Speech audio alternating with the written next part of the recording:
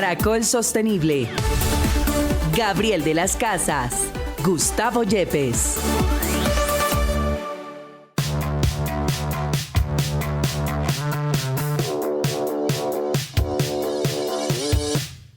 Hola, bienvenidos. Esto es Caracol Sostenible en Caracol Radio, una alianza con la Universidad Externado de Colombia.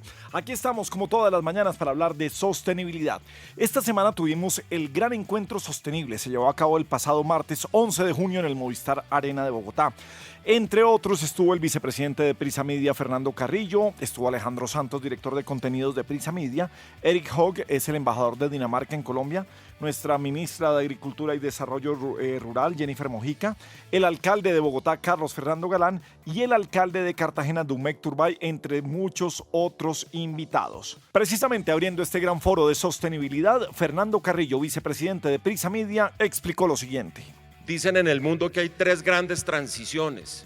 Estamos abocados a tres grandes transiciones que llevan a tres grandes crisis. Una crisis social, por lo que sigue representando la desigualdad, vulnerando además en primer lugar a la democracia. Una crisis ambiental por cuenta del cambio climático, en donde países como Colombia tienen que tomar acciones también en materia de adaptación, y ahí empata precisamente toda la ruralidad y todo el equipo que ha conformado la ministra y las políticas alrededor del Ministerio de Agricultura para demostrar que hay sostenibilidad también en la política agrícola de Colombia, como es obvio. Y en último término, algo que parece una cosa de técnicos, física cuántica, dicen muchos, que es la forma como la digitalización está impactando las realidades de la vida de los ciudadanos hoy en día. Y que las tres variables son intercambiables y que las tres variables tienen que ver necesariamente con nuestro futuro. En el caso de lo digital para un medio de comunicación es combatir, por ejemplo, la desinformación, las noticias falsas, el llegar a buscar unos escenarios de confiabilidad de las audiencias para demostrar que no se está en los extremos, no se está desinformando, no se está propiciando el odio ni conductas antidemocráticas. Porque la gente dice, ¿y cuáles son los límites éticos de la digitalización en este momento? Ustedes han visto todo el debate sobre la inteligencia artificial en este momento en Colombia. Y ahí están, son los valores de siempre, son la libertad, la igualdad, la estabilidad, la seguridad jurídica, el orden que es necesario, poniéndole cada uno las prioridades que considere en la consecución de todos esos objetivos y de todos esos principios. Y todo además en el marco de lo que, repito, un concepto que ha sido un concepto aglutinador y que cada día adquiere mayor importancia, como es el concepto que anteriormente estaba referido únicamente a la parte ambiental, pero que hoy está referido a lo social, hoy está referido a la posibilidad de cambios que se producen en trabajo con las comunidades, con los territorios. Por eso quiero decirles que hemos invitado a Claudia García y a la Tienda de la Empatía, que ha sido uno de los emprendimientos más importantes de Colombia en trabajo con las comunidades a raíz de la gran afectación que han tenido sobre todo las víctimas del conflicto armado. Y ese es un emprendimiento que vale la pena oír y van a tener la oportunidad de escucharlo más adelante. De tal manera que eso que llaman los técnicos, los criterios ESG, que son ambiente, social y gobernabilidad, o le dan nuevas condiciones a nivel de las decisiones empresariales al sector privado, partiendo de la base que tenemos que contar con el sector privado para no solo la teoría del desarrollo, sino la práctica del desarrollo y la consecución de esos objetivos que son tan importantes hoy en Colombia. Esas decisiones empresariales que tienen que ver no con los réditos de la empresa, y ese ha sido el gran aporte y el gran paso adelante que se ha dado en materia de sostenibilidad, que tiene que ver con el bien común, que tienen que ver con la creación de espacio público. Y hoy en las juntas directivas de las empresas modernas del mundo se discute la sostenibilidad social. Se discute, como lo hemos venido difundiendo desde Prisa, la sostenibilidad democrática, la necesidad de que se defiendan esos valores, que las empresas, por ejemplo, no inviertan en empresas de publicidad que están proponiendo el odio y la polarización y el conflicto y la confrontación. Cosas que son elementales, pero que no aparecen tan claras para muchos en un momento en que se cree que uno puede pasarse por la faja de la democracia y acudir a procedimientos autoritarios para que haya resultados en la lucha contra la pobreza, en la lucha contra la corrupción, en la lucha contra la violencia, que son los tres grandes lastres que afectan nuestros sistemas políticos. Luego, todo eso es importante y simplemente una mención a la labor de la ministra Jennifer que me parece muy importante. Ella ha asumido una gran responsabilidad, no solo como ministra y con los antecedentes que tuvo en el llamado Incoder durante tanto tiempo por la batalla, por las tierras de los campesinos, por la reforma agraria, de alguna manera ha sido un líder fundamental. Fíjense ustedes, hoy que se habla tanto de reformas constitucionales y constituyentes, las dos grandes reformas que se han aprobado en este gobierno tienen que ver con lo agrario. Lo que demuestra, primero, que sí es posible reformar la Constitución y segundo, que hay objetivos sociales que son relevantes a la hora de encontrarse con lo agrario. Tuvo que ver además con una batalla que dimos nosotros de la Procuraduría General de la Nación y era precisamente tener al campesino como sujeto de derechos, porque algo se nos olvidó en la Constituyente en el 91 y fue la entidad ciudadana que tenía el campesinado, la ruralidad en Colombia, los 13 millones de campesinos, que son el 20% de la población de Colombia, 8 millones de los cuales probablemente son víctimas de la violencia y del conflicto en Colombia. Todo ello además en el marco de la seguridad alimentaria, porque si el cambio climático a algún sector afecta es el sector agrícola, si el cambio climático a algún sector afecta es la producción de alimentos, campo en el cual creo ha habido un énfasis de la política pública del Ministerio de Agricultura que hay que reconocer, señora ministra. Usted tiene los mayores presupuestos de inversión en la historia, como usted lo ha señalado, y estamos seguros que van a apuntar a lo que toca, a la agricultura orgánica y sostenible, a la agroindustrialización, a temas incluso de digitalización, para ponerle un poco de futuro a esto, que tienen que ver, por ejemplo, con la optimización de los procesos de siembra, que tienen que ver con la agricultura de precisión. Recientemente estaba la viceministra de Asuntos Exteriores de Italia ofreciendo una cooperación en ese campo, con el manejo eficiente del agua, uno de los elementos importantes que están aquí, y finalmente los temas de convivencia y de paz. Como se señaló en los acuerdos del 2016, aquí no va a haber ni convivencia ni paz si no solucionamos el problema agrario. Por eso, querida ministra, y este es mi mensaje final, estamos desde esta empresa de medios de comunicación dispuestos a crear los espacios para ese diálogo, para esa concertación. Es posible ponernos de acuerdo en Colombia si le ponemos el énfasis a todo lo que nos une y si rechazamos todo lo que nos separa. Yo creo que el futuro del país depende de eso. Muchas gracias, señor embajador de Dinamarca, muchas gracias, alcalde, por estar acá, que sea una jornada muy exitosa y que podamos de aquí en adelante construir, como se ha mostrado en estos días en relación con la reforma de la educación, uno de los puntos esenciales del gran acuerdo nacional que Colombia necesita, donde el agro tiene un papel prioritario. Muchísimas gracias a todos. Era la voz de Fernando Carrillo, vicepresidente de Prisa Media, de la lucha por la narrativa a la lucha por el impacto. Tuvimos la oportunidad de moderar un panel muy interesante y muy en boga por estos días en nuestro país. Bueno, no solo en nuestro país, en todo el mundo. Hablamos de innovaciones y desafíos de transporte sostenible, y así fue. Bien, en los próximos minutos vamos a hablar, como bien lo decían, de las innovaciones y desafíos del transporte sostenible y de cómo encontrar una relación con el transporte sostenible, pero cada vez que hablamos de transporte generalmente caemos en la descarbonización y solamente pensamos en eso. Creo que del panel anterior nos llevamos una muy buena impresión de en dónde debemos estar en la sostenibilidad, de cómo hay que hablar de economía circular aquí, de cómo tenemos que hablar ahora de un nuevo concepto. No es nuevo, pero es la regeneración. Y por eso vamos a hablar con nuestros invitados. Voy a iniciar con Ángela María Orozco, que es exministra de Transporte. Queríamos hablar contigo, Ángela, con las buenas tardes, un poco de políticas públicas y en dónde vemos esa gran relación que se necesitan para tener un transporte sostenible no solamente en Colombia, sino en el mundo. Bienvenida, Ángela. Muchísimas gracias, Gabriel. Y pues yo creo que lo primero es decir qué hemos hecho. Y yo creo que lo que hemos hecho y lo que podemos decir que hoy tenemos es una senda de política pública que viene de tiempo atrás. Empezó obviamente con todo el tema de COMPES de crecimiento verde del gobierno del presidente Juan Manuel Santos. Luego el gobierno del presidente Duque sacó la ley de movilidad eléctrica.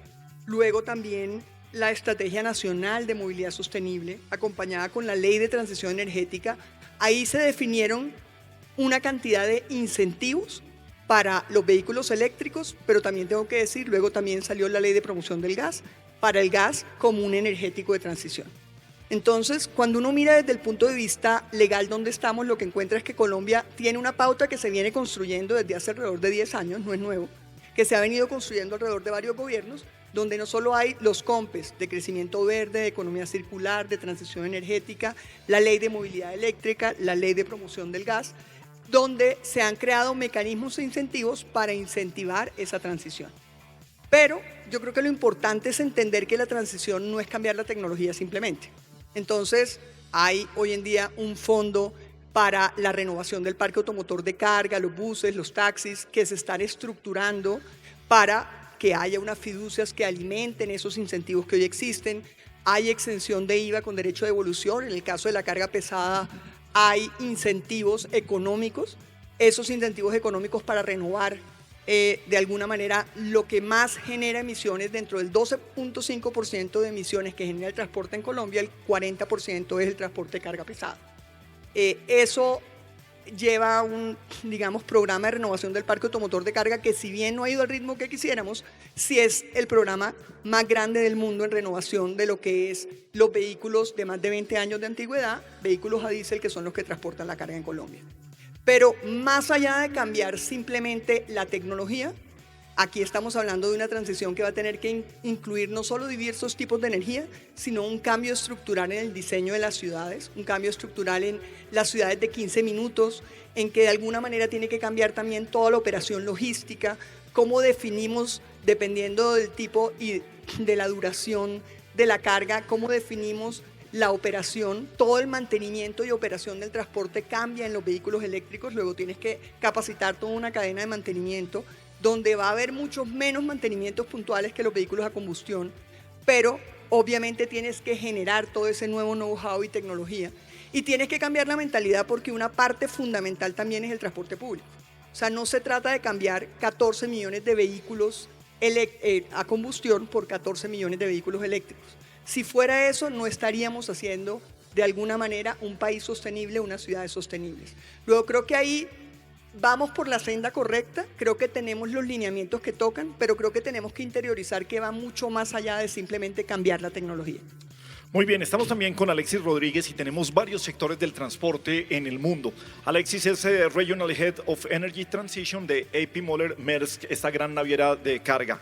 Alexis, con las buenas tardes, ¿y cuál es la visión que tienen ustedes precisamente de cómo tener un transporte sostenible cuando estamos hablando de carga marítima? Bueno, es muy importante tener en cuenta algunas cifras. Cuando hablamos de transporte marítimo y transporte logístico a nivel global, tenemos una gran diferencia. Un 11% de las emisiones a nivel global vienen del transporte logístico.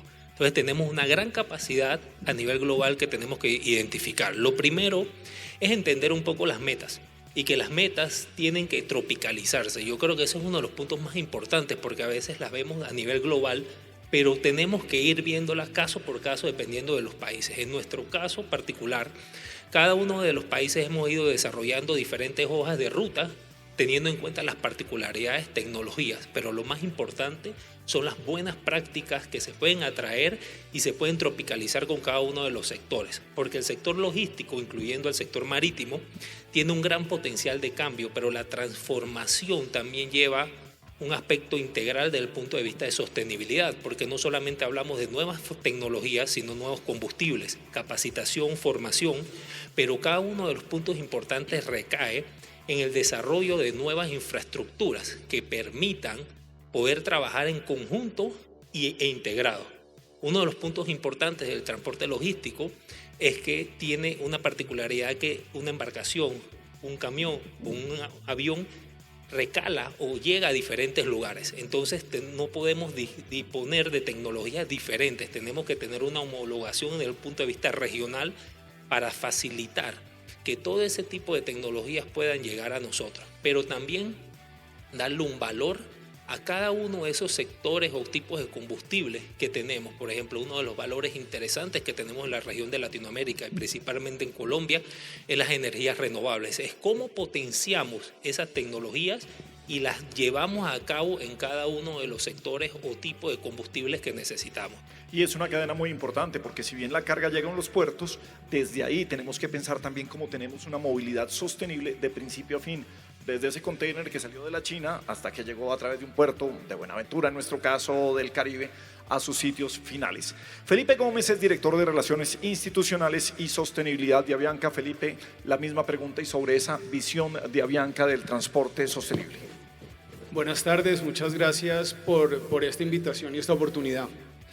Yo diría que para el caso de Avianca en particular, nuestro cambio de modelo de negocio justamente está tratando de responder a varios objetivos de nuestra estrategia de sostenibilidad. En primera instancia, estamos viendo el tema del acceso al servicio como un tema crítico.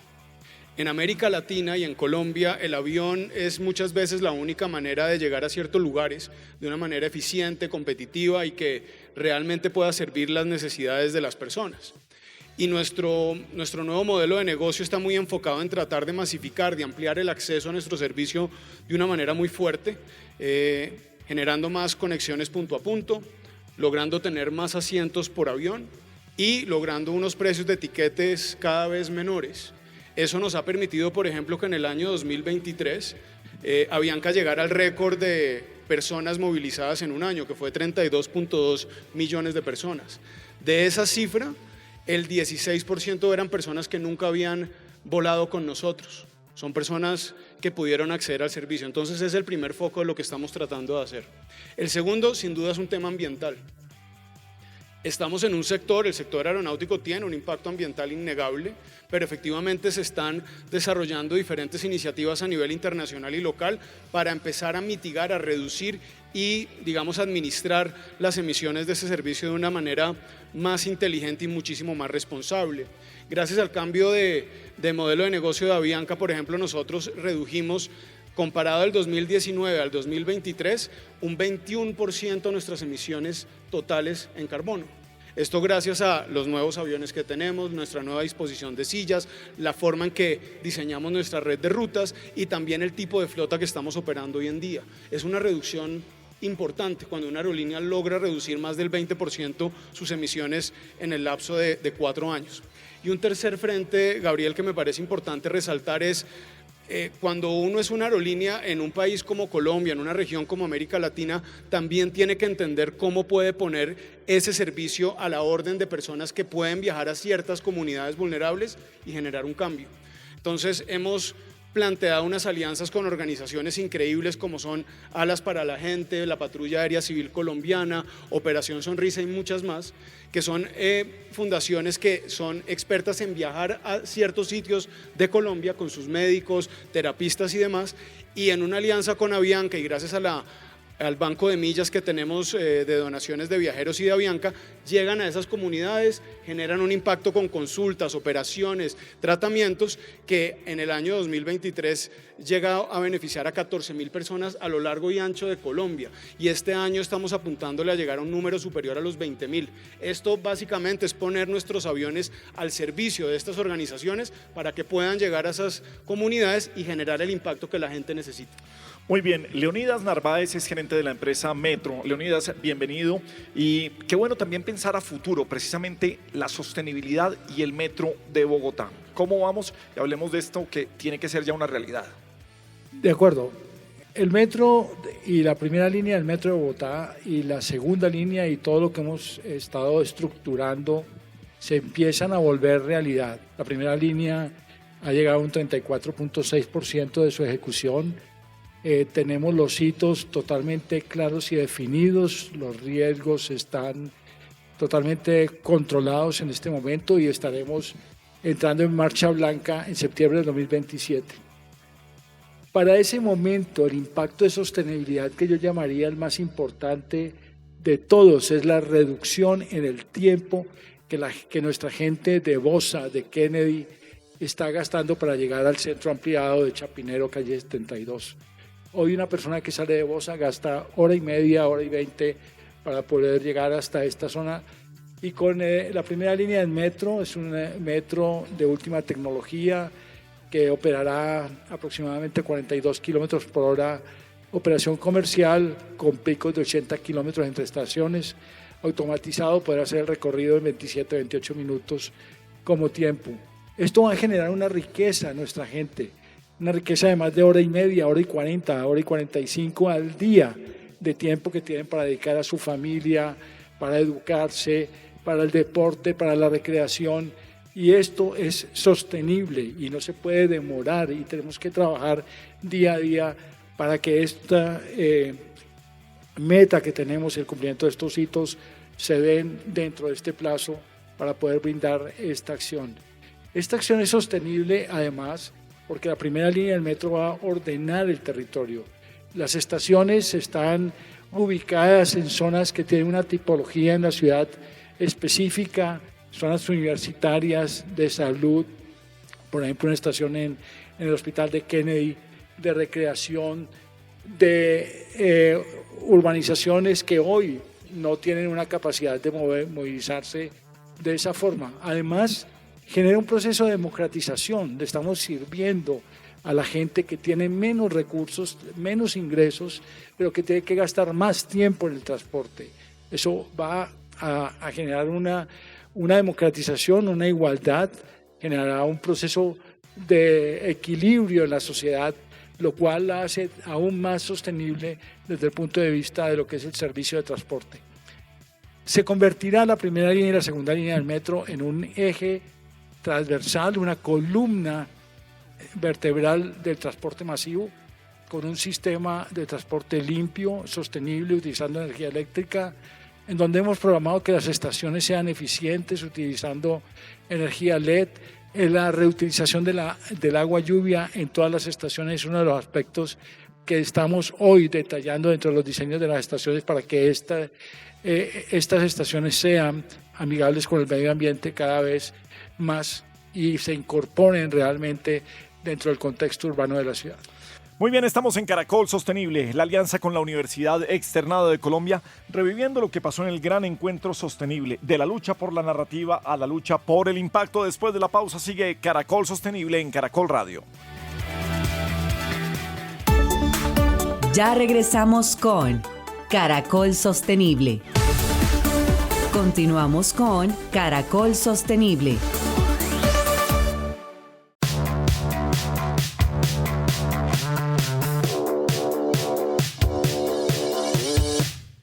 Muy bien, estamos en Caracol Sostenible, es nuestra alianza con la Universidad Externado de Colombia aquí en Caracol Radio. Estamos hablando del gran encuentro sostenible. Estuvimos hablando de movilidad sostenible, de las innovaciones y desafíos del transporte sostenible. Nuestros invitados para ese panel anterior que tuvimos el pasado 11 de junio en el Movistar Arena eran Alexis Rodríguez, el Regional Head of Energy Transition de A.P. Moller Maersk, Ángela María Orozco, exministra de Transporte de Colombia, Leonidas Narváez, el gerente de la empresa Metro de Bogotá, y Felipe Gómez, el director de Relaciones Institucionales y Sostenibilidad de Avianca. Y esto lo que compartieron desde sus sectores sobre sostenibilidad y transporte sostenible. Ángela María, vuelvo contigo para hablar un poco de lo que es la regulación.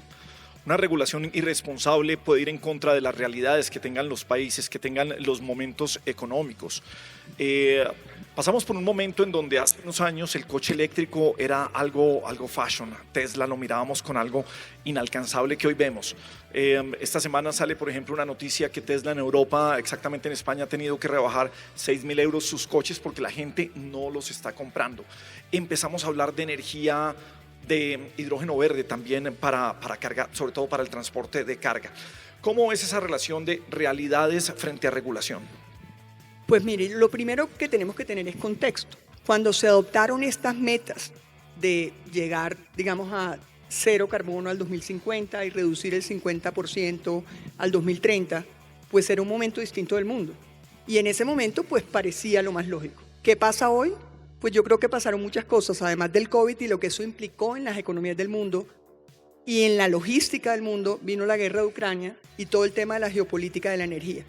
Y eso pues cambió radicalmente el ritmo, porque empezó a ser tan importante la seguridad energética y la seguridad en la provisión de energía como la transición.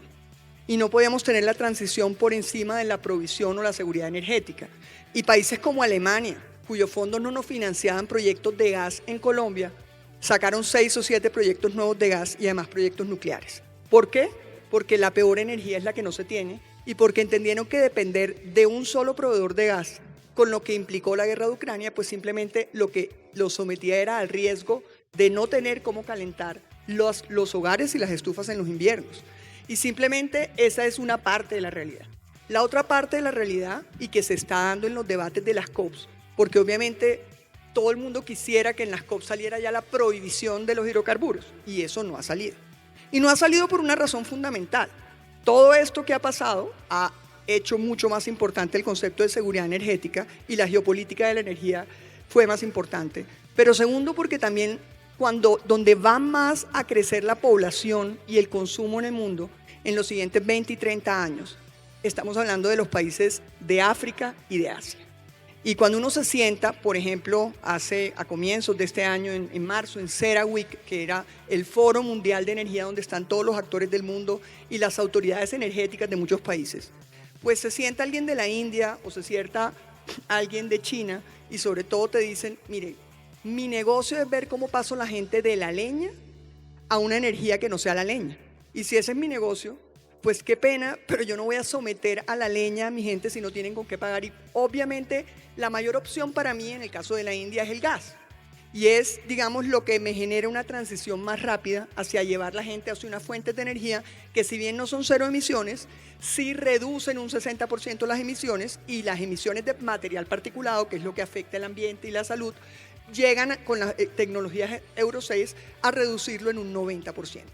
Entonces, eso lo que hizo es que ya la gente este año habla de una transición energética diferenciada proporcional, teniendo en cuenta las realidades de cada país, donde es lógico que las metas que le querían imponer a los países en desarrollo, a menos que alguien esté dispuesto a financiar ese pago, pues claramente no se van a cumplir.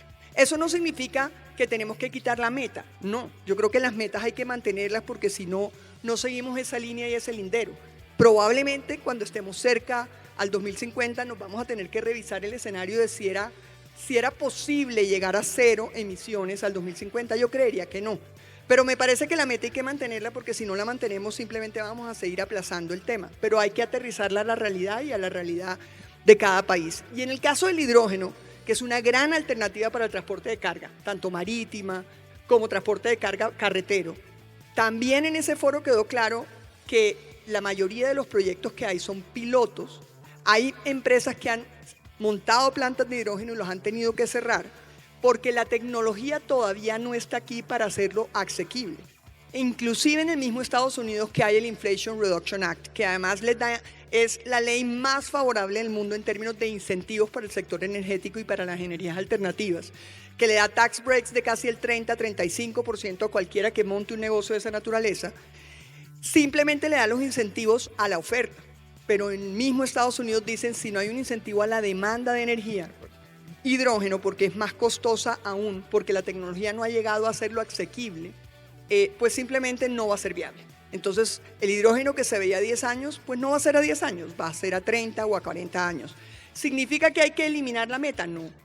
Creo que lo que hemos aprendido es que de alguna manera la transición sí se va a dar, va a tomar un poco más de tiempo, pero además tiene que ser diferenciada, porque va a haber un mayor consumo energético y no va a haber seguramente al 2050 reducción del consumo de hidrocarburos convencionales, pero sí va a haber mucha más producción de energía no convencional, y lo que va a ir es disminuyendo su participación dentro del total de alguna manera de las fuentes energéticas, pero eliminarlos del todo, teniendo en cuenta dónde se va a dar el mayor crecimiento económico, dónde se va a dar el mayor crecimiento de población y las realidades económicas de esos países. Y mientras no estén dispuestos los países ricos a pagar eso, no tienen cómo esos países hacerlos pagar a sus habitantes. Y como digo, el tema y la disfunción es entre la leña y el gas, o la leña y la energía eléctrica, y ante eso ellos mismos te van diciendo, nosotros no podemos hacer eso si no tenemos mecanismos de transición. Entonces la transición tiene que ser incluyente, tiene que incluir diversas fuentes de energías, tiene que tener en cuenta el gas como un energético de transición, que es muy importante, y para Colombia es muy importante por su tradición de gas natural de alguna manera, y eso nos va a ir llevando obviamente a lograr una descarbonización a futuro.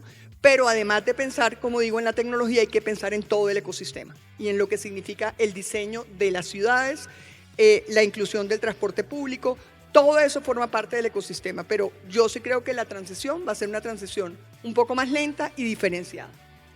Alexis, en la industria de carga marítima, creo que esto de la transición es muy importante porque uno no ve algo que pueda ser rápido, que pueda cambiar ese full oil o ese diésel que necesitan para los barcos. ¿Cómo ven ustedes esa transición energética dentro de una flota naviera y en algo que es tan complicado como el transporte de carga a través de los mares?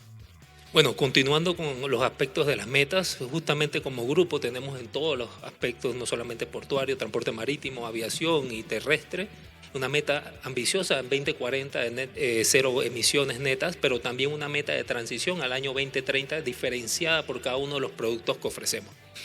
Y hay un punto de prueba, nosotros ya sacamos órdenes por 25 embarcaciones de metanol verde, justamente realizando todo el ciclo de vida de ese combustible.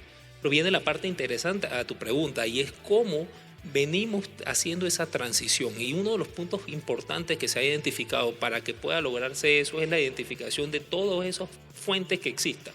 No hay una solución única para un tipo de combustible y generalmente eso se va a dar por los tipos de regiones y la infraestructura que se vaya creando.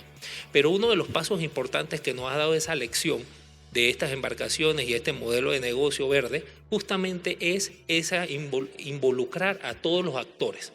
Uno de los puntos importantes, la generación de una embarcación fue, digamos, uno de los dilemas de qué venía primero, el combustible o tener la embarcación. Bueno, nosotros decidimos hacer la embarcación. Pero esto es uno de los ejemplos principales que todos los actores dentro de la cadena logística tienen que estar, infraestructura, proveedores de combustible, países, también empresas privadas. Y otro de los puntos que creo que hay que también darle un poquito de la vuelta y es cómo nosotros como consumidores finales, ya poniéndonos cada uno, tomamos la decisión de la escogencia de uno de estos productos, porque al final estamos hablando de productos que tienen una cadena de valor, que generalmente debemos integrarla también y saber que puede tener una diferenciación, pero al final no es solamente una inversión por parte del sector público o del sector privado, es también la integración de todos esos actores dentro de la cadena para que realmente esa toma de decisión, cuando hablamos ya de tecnología, estamos hablando del costo de paridad. Y realmente para tú entrar a una transición adecuada tienes que tener un punto de equilibrio financiero que lo veíamos y es justamente cómo nosotros integramos los actores desde el punto de vista de infraestructura, trabajo y colaboración, pero principalmente esa identificación de cómo esos puntos de prueba que ya existen en combustibles adecuados, por ejemplo el caso de metanol que tenemos nosotros como grupo, puede ser replicado en otras áreas, pero también abiertos a esa tecnología y justamente a ir haciendo un balance de todas esas oportunidades que tenemos, biocombustibles, camiones eléctricos, ese grid y esa oportunidad de infraestructura que necesitamos para que todo el conglomerado, pero al final generar un valor agregado que el consumidor y final, tanto nuestros clientes de manera integral puedan ver que realmente todos estamos cooperando hacia esas metas que son ambiciosas, como mencionan en ciertos aspectos, pero también un tema global desde el punto de vista integral. Felipe, volvamos a la industria aérea y volvamos a Avianca. Si bien la adopción de las nuevas tecnologías más verdes, pues hace parte de la sostenibilidad de la compañía, pero ¿hacia dónde apuntan ustedes, no sé, en la inclusión, en que la gente pueda viajar, pueda utilizar sus servicios, pueda conocer más, pueda transportarse y no lo dejemos solamente en la necesidad? Como bien lo decíamos, vivimos en una Latinoamérica en que por necesidad necesitamos la industria aérea, sino por placer, también por bienestar, que hace parte también de la sostenibilidad. Claro que sí, nosotros tenemos muy claro que cada vez que alguien viaja lo hace por diferentes razones. Parte de lo que ha sido la evolución de la industria en los últimos años es entender que un pasajero puede ser muy diferente en cada uno de sus viajes y lo que tenemos que tener para él es una propuesta para que pueda efectivamente hacer su viaje como él lo necesita. Pero hablando del tema de inclusión, Gabriel, tal vez me gustaría resaltar nuestro programa de accesibilidad. Hoy en día estamos viendo cómo cada vez hay más personas con necesidades especiales que necesitan acceder no solamente a un avión, sino a un bus, a un metro, etcétera, etcétera.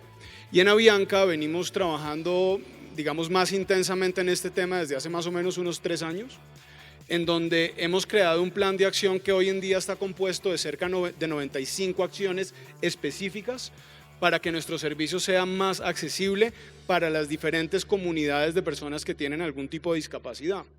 Y esa estrategia la hemos venido adelantando, ya hemos ejecutado cerca de 35 acciones de esas 95, de la mano de un grupo de personas que hacen parte bien sea de esas comunidades o son expertos en diferentes tipos de discapacidad para que nos vayan guiando, sobre todo en un ejercicio que es muy difícil, es el de aprender, porque el tema finalmente es un tema complejo, es una necesidad humana específica y entendimos que parte del reto no era solamente salir a hacer un plan y ejecutarlo, sino entender, aprender, poder identificar los diferentes puntos de nuestro proceso, desde la compra de un tiquete hasta el abordaje de un avión, hasta el mismo desabordaje de un avión. Por ejemplo, hablando con estas personas, hablando con una persona que tenía una discapacidad visual, nos dijo, mire, a mí me cambiaría completamente la experiencia si cuando uno llega al aeropuerto El Dorado, en el anuncio de llegada al aeropuerto, cuando ustedes parquean el avión, como lo llamamos nosotros, en una posición remota, es decir, que no está tocando, el tripulante de cabina diga, hemos llegado a una posición remota que no está en contacto con el aeropuerto, porque yo ahí inmediatamente tengo que recalcular todo lo que iba a hacer, porque yo sé exactamente cuánto caminar, a dónde ir, cuando está a punto de contacto, pero cuando no lo sé. Y es algo que uno, si no lo hace dialogando y entendiendo con las personas que realmente saben del tema, pues no lo piensa. Y es algo muy sencillo, pero que puede cambiar completamente la experiencia de viaje de una persona. Entonces, creo que parte efectivamente de la sostenibilidad también es empezar a entender uno qué pequeños ajustes puede venir haciendo para que todas las personas por igual, no solamente un empresario o un turista, tengan una experiencia digna y cada vez más fácil a la hora de viajar con nosotros. Muy bien, Leonidas, vuelvo con el metro de Bogotá. El metro de Bogotá se va a manejar a través de energía eléctrica. Precisamente estamos viendo unos momentos en los que estamos hablando de racionamiento de agua, de posibilidad de racionamiento de luz. ¿Cómo ven ustedes a futuro las realidades de Colombia para que sea absolutamente sostenible la operación de un metro como el de Bogotá? Sí, frente a ese análisis y esa controversia que ha habido en las últimas semanas, especialmente en Bogotá, con respecto a la capacidad que tiene Bogotá de recibir del sistema integrado la energía que necesita, la primera línea del metro, y seguramente la segunda igual, pero haciendo el análisis exclusivo para la primera línea del metro, no tendrá un impacto mayor en el consumo del orden de un 1%. Por lo tanto, es un consumo muy bajo que no será el factor que dispare algún problema de suministro y que está relacionado más con la capacidad que tienen las redes de suministrar la energía a Bogotá. Ese 1% además tiene una eficiencia muy importante. Estos trenes del sistema GO A4 automatizados se manejan a través de un tercer riel que consume la energía, que distribuye la energía, y aquellos trenes que están frenando para llegar a la estación están liberando una energía que se genera y que la toman los trenes que están saliendo de otras estaciones, y esto nos genera una eficiencia, Gabriel y auditorio, del orden de un 35% en el consumo de energía, que es muy importante. Por eso hablamos del orden de un 1% del consumo de lo que hoy tendría Bogotá si hoy entrara a trabajar o a operar el metro. Es algo eficiente. La iluminación, las características de ambientación de estas estaciones del metro elevado, especialmente el metro elevado, que no van a requerir aire acondicionado, que la luz del sol entra, también hace que la estación sea muy eficiente. Su diseño con unas cubiertas muy aerodinámicas no nos van a permitir espacios oscuros, y el viaducto con una altura de 13.20 metros a nivel del riel tampoco va a generar espacios oscuros hacia abajo en las horas del día. Por lo tanto, ahí tenemos una economía en el consumo de energía eléctrica. Es un sistema amigable, sostenible, que está con la última tecnología y que nos permite garantizar ese tipo, el porcentaje que les acabo de decir. Entonces, desde ese punto de vista no le vemos ningún riesgo a la operación del metro a partir del año 2027. Yo creo que es satisfactorio con los paneles que hemos tenido la oportunidad de escuchar el día de hoy, con esto que tiene que ver con el transporte, cómo todo el mundo está viendo cómo pegarle a cada uno de esos objetivos de desarrollo sostenible, cómo tener algo de ellos precisamente dentro de su operación. Tenemos ya 4 minutos para irnos a nuestra hora de almuerzo, así que voy a pedirle simplemente una respuesta de 1 minuto y voy a arrancar, porque es que a veces creemos que este cuento de la sostenibilidad y los culpables y las protestas que tenemos es contra los gobiernos, contra las compañías, pero ¿cuál debe ser la responsabilidad de ese ciudadano común y corriente? ¿Cuál es la responsabilidad que ve Ángela María Orozco, una mujer que ha estado en gobierno, del colombiano común y corriente, de cuando usted no está allá, sino está el colombiano de a pie? ¿Cuál debe ser ese momento que debemos tener, en este caso del transporte o en general frente a la sostenibilidad, Ángela María? Pues mire, yo creo que la responsabilidad es de todos y es ecosistémica. El ciudadano, hay un tema cultural, pero yo creería que hoy, de pronto los mayores de 45 no son así o no somos así, pero yo creo que nadie es más consciente del tema ambiental que los jóvenes. Ya en un nivel tan exagerado que ni siquiera aterrizan a la realidad de lo que pueden pagar los países y de lo que puede pagar la gente. Entonces, yo creo que el tema cultural, hoy si uno mira las nuevas generaciones, no es un problema. Porque si uno mira desde los colegios hoy en día, el tema de la sostenibilidad ambiental es un tema que desde chiquitos les meten en el ADN a las personas. Entonces, a mí me parece que el tema cultural no es tal el problema, sino entender que la transformación va mucho más allá de un cambio tecnológico. Inclusive va a entender que son los nuevos modelos de negocio los que pueden generar mayor sostenibilidad. Hay que transformar el modelo de negocio. Y cuando hablaba Leonidas, claro, parte del reto, y como ministro de Transporte tengo que decir, la meta de uno sí debería ser bajar a la gente del vehículo particular y subirlo al transporte público.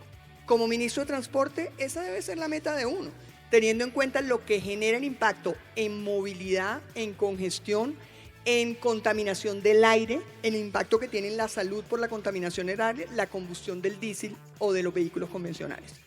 Y eso toma tiempo, y eso de alguna manera va más allá de ver solo el transporte, digamos el transporte público. ¿Cómo lo combinas con la movilidad activa, con caminar, con la bicicleta, con nuevos modelos de negocio que es la movilidad compartida, con el arriendo del vehículo para la última milla de la llegada? Es un cambio de estructura mental, es un cambio de estructura, pero hay que incentivarla desde los que ofrecen los servicios. En Colombia tenemos 14 millones de vehículos en el RUNT, pero 8 millones de esos vehículos son motocicletas. Entonces, ¿y dónde es mayor el uso de las motocicletas? En las zonas más pobres de este país, donde no hay un transporte público. ¿Yo cómo prohíbo el uso de las motocicletas si no hay un transporte público adecuado? Y ahí entonces tenemos que construir eso con la sostenibilidad económica de esas poblaciones. Entonces, viendo el tema, claro que es un ejercicio donde todos somos responsables, pero donde tenemos que entender que no es simplemente un cambio de tecnología. Vender un carro a combustión para comprar un vehículo eléctrico. Si creemos que es así, pues simplemente no lo vamos a lograr y lo que vamos es a llenar la sociedad además de mucho más desechos y mucho más impactos medioambientales. Y como tú mencionaste, no solamente están bajando el precio de los vehículos eléctricos en España. Si tú lees la noticia antes de ayer de Volkswagen, hizo una migración total de los vehículos eléctricos a los vehículos a gas. Como les dije, la geopolítica tiene mucho que ver con cómo veíamos la transición energética, y nosotros tuvimos 2 décadas de no solo un gran crecimiento económico entre finales de los 15 primeros años del 2000, sino tasas de interés negativas en el mundo. Las tasas internacionales eran negativas. Ahí era muy fácil decir la transición se puede hacer más rápida. Las condiciones de hoy son otras. Venimos de momentos de inflación, tasas de interés altas, momentos de donde la seguridad energética son fundamental, donde depender de un único proveedor mostró lo riesgoso que puede ser. Y ahí hay un tema mucho más ecosistémico. Y yo creo que el tema cultural no es tanto el problema. De hecho, por el contrario, creo que han metido tanto en el ADN de los jóvenes ese tema que a nadie de alguna manera le están exigiendo mirar qué tan sostenibles son las metas que se están imponiendo.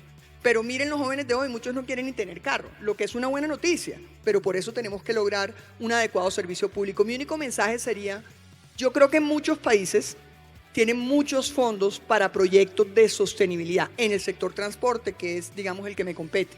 Y todavía la gente no está presentando todavía las propuestas y los proyectos viables. Creo que ahí hay un mensaje porque tenemos muchos sitios a donde ir para conseguir recursos para esos proyectos de sostenibilidad. Muy bien, Alexis, su mensaje final también y brevemente, que aquí el reloj ya nos está titilando desde Maersk. Sí, perfecto. Primer punto, continuaremos brindándole productos y servicios que tengan un valor agregado desde el punto de vista ambiental. La importancia seguirá siendo trabajar en conjunto con los diferentes actores y empresas y clientes para poder impulsar esa transformación a nivel regional y principalmente en Colombia. Y el tercer punto es trabajar en conjunto. Yo creo que esto es muy importante, no solamente el consumidor final, sino que somos todos, sino también cómo todos los actores y empresas nos unimos realmente para identificar esas potenciales que nos pueden llevar hacia un camino mayor en la sostenibilidad. No vale la pena que solamente haya un líder o exista un líder en una transformación energética, sino que todos seamos líderes y tengamos un valor agregado a cada uno de esos consumidores. Felipe Gómez desde Avianca y su mensaje. Gracias. Tal vez mi mensaje sería el de hacer parte de un sector que efectivamente tiene un impacto muy grande en el desarrollo de la sociedad y de las economías locales en las diferentes ciudades. El reto en nuestra posición es efectivamente cómo logramos ampliar el acceso al servicio aeronáutico disminuyendo el impacto ambiental, que es un equilibrio realmente muy difícil de lograr y mucho más en América Latina, donde la capacidad de pago de las personas es bastante limitada.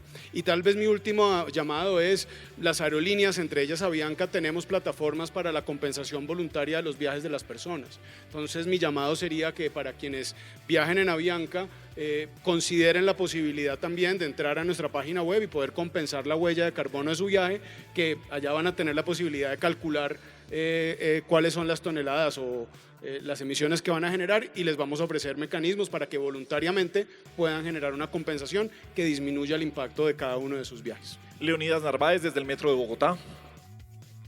Yo pienso que el último mensaje es algo que nos ha enamorado en la empresa Metro, adicional a que estamos construyendo la primera línea del Metro, que es el desarrollo de la cultura ciudadana alrededor del Metro. Hemos trabajado con las comunidades de los colegios y de las escuelas que están alrededor de la línea para mitigar el impacto de las obras, pero también para generar una esperanza y generar un comportamiento de cuando la primera línea del metro esté operando y cómo la deben utilizar y cuáles son los beneficios que les traerá. Eso ha sido algo de un impacto al interior de la empresa muy importante y, como decía la exministra, aportamos todos, y en este momento todos estamos aportando con la ilusión de que estaremos utilizando un sistema de transporte limpio, de beneficio general, democrático, y esa es parte de la cultura ciudadana alrededor del metro. Hemos aprendido mucho y el ejemplo de Medellín es algo muy importante y lo subrayo cada vez que tengo la oportunidad de hablar de cultura ciudadana alrededor del metro. Así transcurrió el panel de innovación y desafíos del transporte sostenible. En 8 días regresamos con más de Caracol Sostenible. Sigan con Caracol Radio.